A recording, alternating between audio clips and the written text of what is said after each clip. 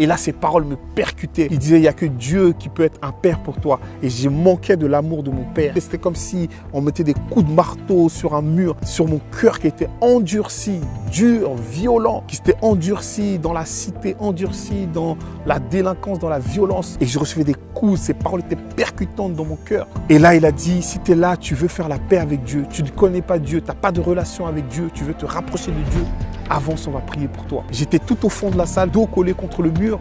Et là, ils ont prié pour moi.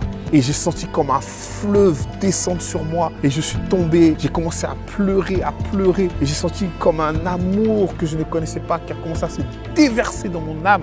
Et là, j'ai été touché, visité par l'amour de Dieu. Et j'ai vu comme, quand j'étais par terre, comme si ma vie défilait.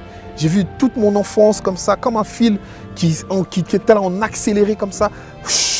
Et là, je me suis levé, j'ai fait la prière en répétant après le pasteur, Seigneur Jésus, je te demande pardon pour tous mes péchés, pour tout ce que j'ai fait de mal.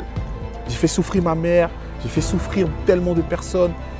J'ai été violent, je me suis bagarré, j'ai volé, j'ai vendu de la drogue. J'étais vraiment dans des choses de débauche, etc. Je te demande pardon. Et je t'accepte dans ma vie comme Seigneur et Sauveur. Et je veux que tu viennes dans ma vie et qu'on chemine ensemble. Holy Production.